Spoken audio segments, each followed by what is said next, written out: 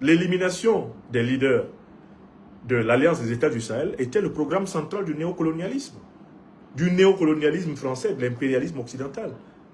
J'ai plusieurs fois attiré l'attention des dirigeants sahéliens sur l'importance de maîtriser la technologie des drones.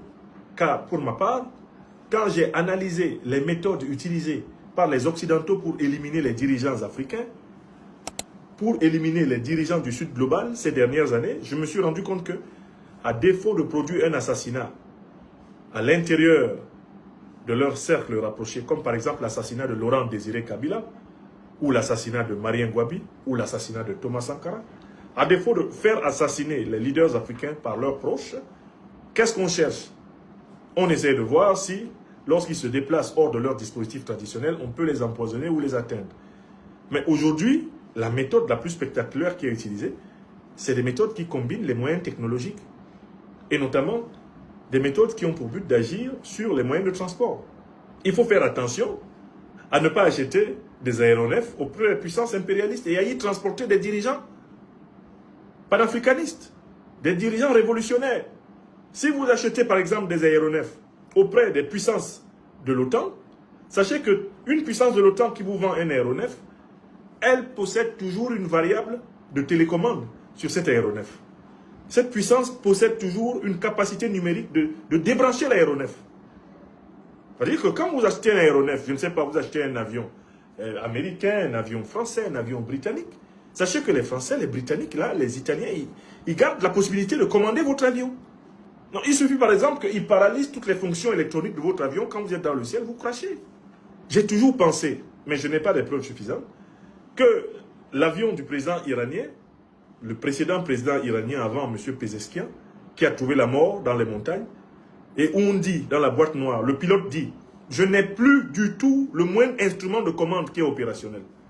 Moi, je suis convaincu que l'avion du président iranien là, a été débranché par les Occidentaux, par les criminels occidentaux.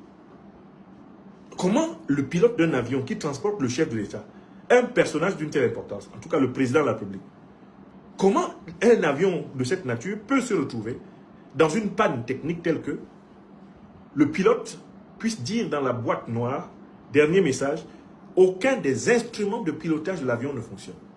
C'est le sabotage. Ils vous vendent un avion et puis ils le sabotent. Dès qu'ils savent que vous avez monté dedans, ils le sabotent. Ils n'ont même plus besoin de tirer un missile sur l'avion, ils le débranchent. Ils le débranchent informatiquement. Vos commandes ne marchent plus. Vous appuyez comme ça, vous appuyez sur le manche pour que l'avion aille à gauche, l'avion pique vers le bas. Il y a ça qu'ils sont prêts à utiliser et il y a la technologie de drone de combat. Ils voient évoluer un cortège et ça je l'ai vu quand j'ai étudié la manière dont ils ont assassiné le général iranien Soleimani. Le général Soleimani était en visite en Irak. Ils ont envoyé un drone sur lui. Ils ont envoyé un drone avec une munition qui a été larguée sur sa voiture. Il est mort. Au sol, le général Soleimani était protégé. Mais les gens n'avaient pas prévu qu'on peut envoyer un drone. Voilà comment le général Soleimani, l'un des plus grands cerveaux de l'armée iranienne, a trouvé la mort en Irak. Donc, on est aujourd'hui dans une phase où ils envoient des groupes de mercenaires pour des attentats.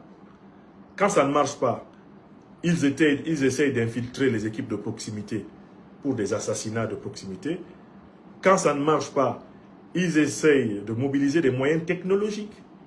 Et je parle beaucoup des drones, je parle beaucoup des aéronefs. Il faut faire très attention à ne pas monter dans des aéronefs pour lesquels ces gens-là ont des commandes techniques. Ils vont vous débrancher.